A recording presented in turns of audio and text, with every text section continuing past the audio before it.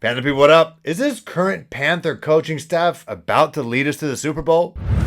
Morning, watch Panthers post Phil Perkins. Thanks for joining. If you're new here, what's going on? I want to let you know that this entire channel is here to serve you as a Carolina Panthers fan during the offseason. If you want to check out the videos in the past, I got a couple of quarterbacks you might want to look up. You know, the Bryce Youngs, the CJ Strouds, the Anthony Richardsons, the Will Levises, and I got the help of the one and only Damian Parson from the Draft Network. Check out those videos before this one. They're a lot of help to let you know what makes these guys special and how they could fit with what the Carolina Panthers are currently building, which is you got to say it, one of the best coaching staffs, not only in the Carolina Panthers history, but one of the most decorated coaching staffs in the entire NFL. Now, before I start breaking down this coaching staff, one thing just keeps coming to my mind, and I'm trying to just talk myself into more of a realistic situation. Now, if you guys are of the 80s and 90s ilk, born in 1986, I grew up with Eddie Murphy, peak Eddie Murphy. I'm not talking Donkey from Shrek Eddie Murphy. I'm talking, Eddie Murphy raw, all right? And in that stamp, I'm talking about when he was wearing like the all red leather suit, tight, all that stuff, really inappropriate jokes. If anyone tried to say those jokes right now, probably get canceled, if that was possible. There's one thing he says, and this is not cancelable at all, so you don't have to turn away. He talks about how, when you're starving, you're in the desert, anything tastes good. Whether it's a cracker. You have a cracker, that's the best cracker I've ever had in my life. Not doing an Eddie Murphy impression. But basically, when you're starving, anything tastes good. So when you're a Carolina Panthers fan, and you had to live with, the downfall or mistreatment of Cam Newton, the firing of Ron Rivera midseason, the hiring of Matt Rule, the retaining of Marty Hurney, the eventual firing of Marty Hurney, and the pandemic NFL season. And then just consecutive Matt Rule seasons, consecutive Matt Rule pregame, postgame, Jay-Z, 7 years, all this shit.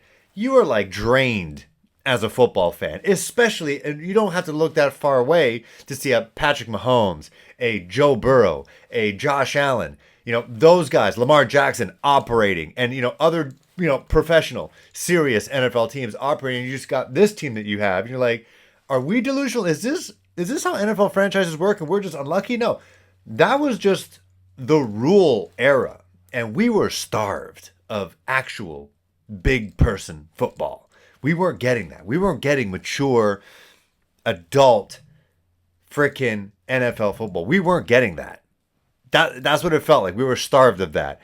And so now, it's like every week we're getting 2 or 3 sprinkles of new coaches. And each one tastes like a brand new cracker that we haven't gotten. And obviously, when you're replacing an entire coaching staff, albeit not Chris Tabor and James Campen, it's like hit after hit after hit. And, when everyone's trying to hire their coaching staff, brand new coaching staffs, whether you're the, Arizona Cardinals or Indianapolis Colts, all these hot names are being thrown about. And then when you are on the receiving end of nailing those names, it starts to feel like kind of like wins, like on a Sunday. And maybe it is because we are starved of grown-up professional football staffs being combined and not, college coaches. And you got to give it to Rule or whoever hired Chris Tabor and James Campen. They were not that caliber. The Matt Rule coaching staff 2.0 was definitely better than 1.0. But what's happening right now with who Frank Reich and Scott Fitter or Dan Morgan, whoever is attracting these guys, it's getting attention around the league. Like, I'm not just talking about Carolina Panthers fans. It is Steve Wyche, who works for the Atlanta Falcons, also the NFL Network. Mina Kimes, say what you ever want about her. She's my half-Korean sister. She's the best. She's saying they're doing something special in Carolina.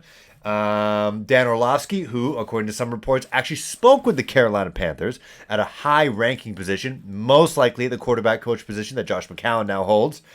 And so, say what you want about trying to get, the green light from the national media, but other people who are, literally just covered the Super Bowl just a couple days ago are now turning to what the Carolina Panthers are doing and just like, whoa, what is going on there?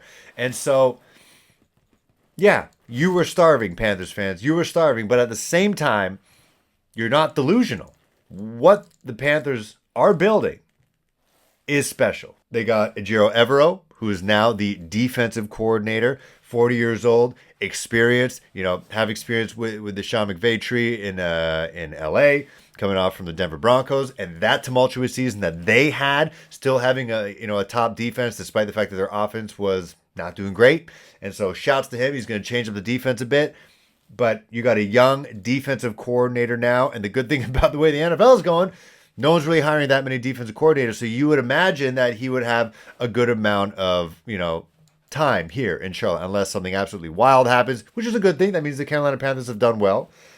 You got the nostalgia here. So you got the young buck in Evero, and then you got the original Dom Capers, the first head coach in Carolina Panthers history, now coaching alongside the first quarterback ever in Carolina Panthers history. It's the offensive side, because that's where Carolina Panther fans have been starved for quite some time. That's why, the Frank Reich hiring made some sense, was the fact that he was an offensive mind. And what is he going to do with his Carolina Panthers offense? He said in his press conference, this is going to be an offense that Panther fans are going to be proud to watch. And you got to be proud to take a look at this coaching staff on the offensive side. So first, you got Deuce Staley, South Carolina Gamecocks guy. He is now currently the assistant head coach / running backs coach. Then you got Josh McCown, former quarterback. I can't even remember how many teams this guy's played for, but he's played for the Panthers. He's played for the Bucks. I think he was the last Tampa Bay Buccaneer to wear 12 before Tom Brady.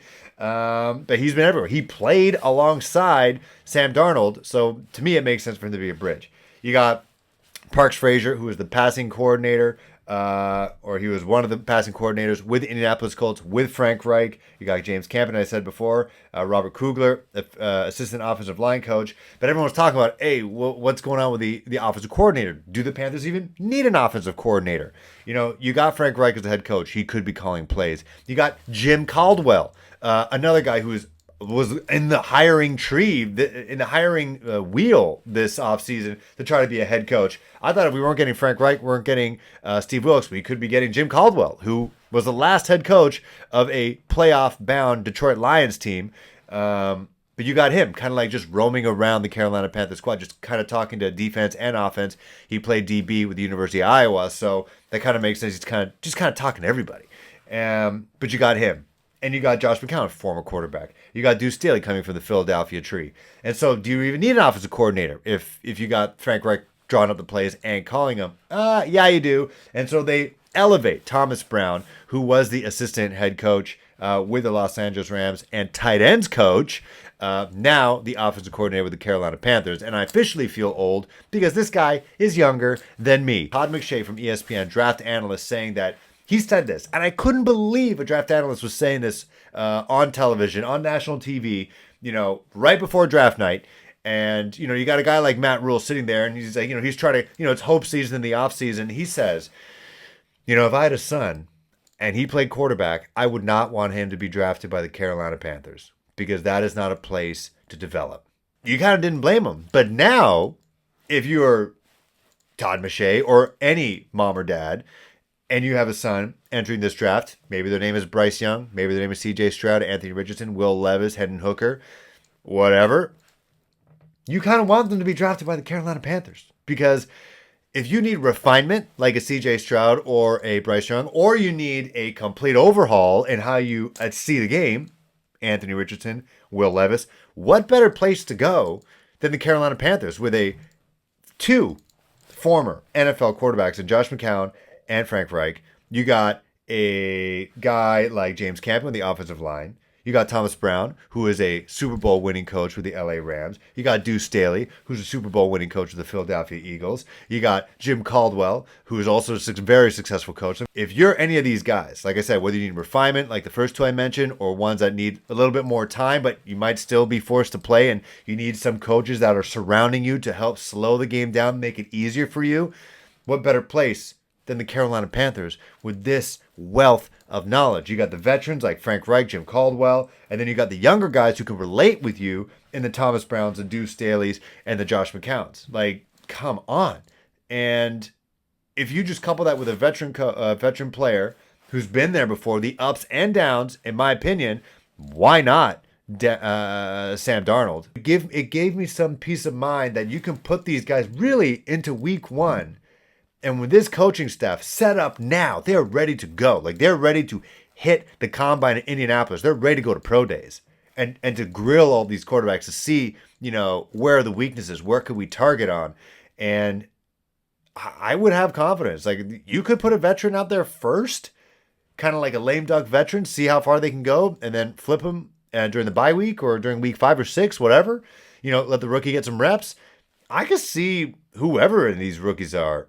And, if you're a draft analyst and you're crazy, you want to let me know, I'm out of my mind. But I think you could put like a Will Levis or Anthony Richardson, not have to trade up at all, and, get someone like Anthony Richardson at number 9, put them there week 1, and you have your full complement of coaches. The second you are drafted into the very first preseason game all the way to week 1, they know your strengths and weaknesses, and they have all this experience.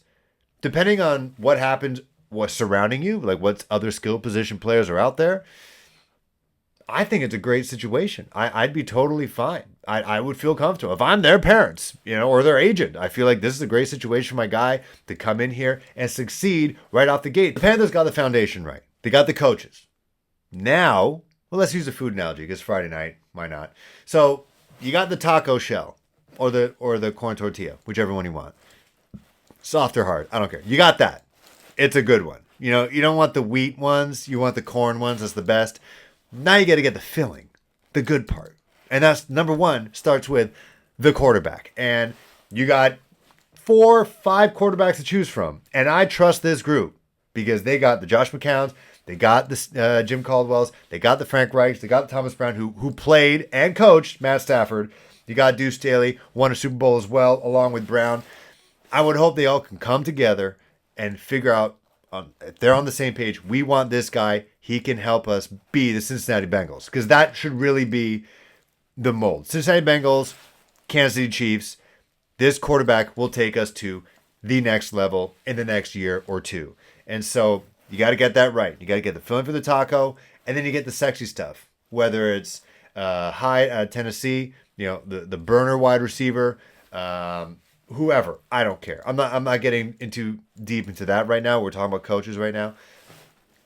And I think things could turn around very quickly. I said last offseason with our rinky-dink coaching staff and coach that I think the Panthers can make it to the wildcard game. They almost did. And I think with this coaching staff and the right quarterback, and they coach him up properly to his strengths at that moment in time in his career, I think the Panthers can go to the wild card. I think they could win that wild card game. I think they can go to the divisional round. And if you take a look at the Eagles playing the NFC, and, you could say that they were not tested. They had a banged up, kind of fool's gold New York Giants team. They had a quarterback knocked down with the San Francisco 49ers, and they could not overcome that, just to show you how important the quarterback position is and how Matt Corral still probably has a place on this team. The NFC is kind of up for grabs. It's not just the NFC South. It's the NFC. The New York Giants will see what quarterback they get. If they stick with Daniel Jones, I don't know how much better they're going to get. I don't know who else they're going to pick up. Brian Dable's a good coach, but you got the Dallas Cowboys, who are always going to Dallas Cowboy. You got the Green Bay Packers, who might be without Aaron Rodgers. Or if they do have Aaron Rodgers, a older Aaron Rodgers by 1 whole year. Like, you got the Arizona Cardinals, not going to get Murray until maybe midway through the season. Tampa Bay Buccaneers, rebuild. New Orleans Saints could be getting Derek Carr. Who knows? You got the Atlanta Falcons, could be getting Lamar Jackson. I don't know. These are all just rumors. Nothing's ever confirmed right now. But who in the NFC is really that scary? Washington football team? Sam Howell? My quarter Korean brother? Is he threatening us? No. So it's the Eagles. The Vikings? They were also frauds this year. The NFC is open. The Panthers could, I feel like, play their cards right with the right quarterback and the right additions around them, whether in free agency or the draft, offense and defense. I think the Panthers go to the divisional round, and when you get to that point, anything can happen. Anything can happen. And maybe I'm crazy. It is hope season after all. Let me know what you think in the comments below. Like, subscribe, buy a shirt. It's cold out, at least here. You can probably see my breath. Buy a hoodie. It'd be fun. Support the channel. See you guys next week.